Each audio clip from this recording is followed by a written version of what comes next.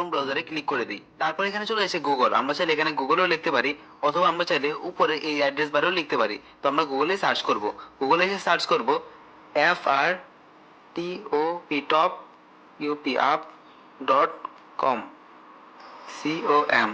তো আমরা efforttopUp.com লিখে সার্চ করলাম। এখানে আমাদের ওয়েবসাইটটা সর্বপ্রথম চলে এসেছে। তো আমরা প্রথমে চলে যাই আমাদের ওয়েবসাইটে। ওয়েবসাইটে আসার পর এমন একটা স্ক্রিন দেখতে পারবেন। এখন আপনার চাইলে ডায়মন্ড টপ আপ করতে পারবেন। তার আগে আপনাদের একটা কাজ করতে হবে, এখানে লগ ইন বাটনে ক্লিক করে আগে লগ ইন করে নিতে হবে। তারপরে এখানে আপনাদের সাইন আপ করতে হবে। তবে সাইন আপ করা যদি আপনার ভেজাল মনে হয়, তাহলে লগ ইন অপশনে গিয়ে আপনি এখানে কন্টিনিউ উইথ গুগল করে দিবেন। তারপর আপনার ব্রাউজারে লগ ইন থাকায় অনেকগুলো জিমেল চলে আসবে। এখান থেকে আপনি যে কোনো একটা জিমেল সিলেক্ট করে দিবেন। এই জায়গায় আপনাকে কিছুক্ষণ সময় নেবে। তারপরে আপনারা দেখতে পারবেন আপনারা আপনাদের ওয়েবসাইটে চলে এসেছেন। এখানে আমরা দেখতে পাচ্ছি আমাদের অ্যাকাউন্টে আমরা চলে এসেছি। তারপরে এখানে উপরে আবার ফ্রি ফায়ারের এফআর টপ আপের উপর ক্লিক করে দেবো আমরা। এরপর আমরা চলে যাবো এখান থেকে ফ্রি ফায়ার অপশনে, যেহেতু আমাদের free fire diamond top up করতে হবে। আর এখানে আপনারা দেখতে পাচ্ছেন ডায়মন্ড টপ এর অনেকগুলো অপশন রয়েছে, সবগুলো সুন্দরভাবে লেখা আছে। আমাদের এখানে 1090 ডায়মন্ড লাগবে, আর এটার দাম হচ্ছে 760 টাকা। দামটাও কিন্তু দেওয়া আছে, আর নিচেও আমরা দাম দেখতে পাচ্ছি। আর এখানে আমাদের ইউআইডি দিতে হবে। আমরা এখানে আমাদের প্লেয়ারের ইউআইডিটা দিয়ে দিলাম। তো আমি এটা ইমাজিন করে একটা ইউআইডি দিয়ে দিলাম। তো এখানে আপনারা ইউআইডিটা ভালো করে দেখে তারপর দিবেন।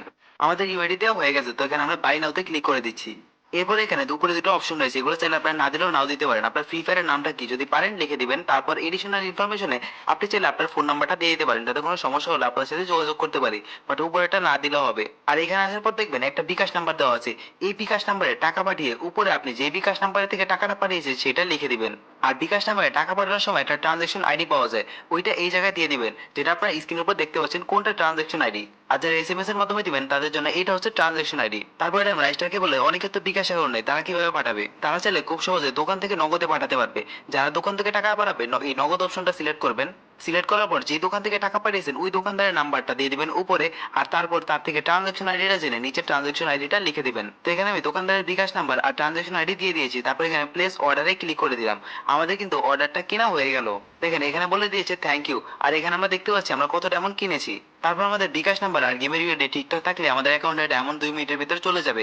আর আপনাদের কোনো সমস্যা হলে এখানে নাম্বার দেওয়া আছে, নাম্বারে কল করে আপনার সমস্যার সমাধান পেয়ে যাবেন।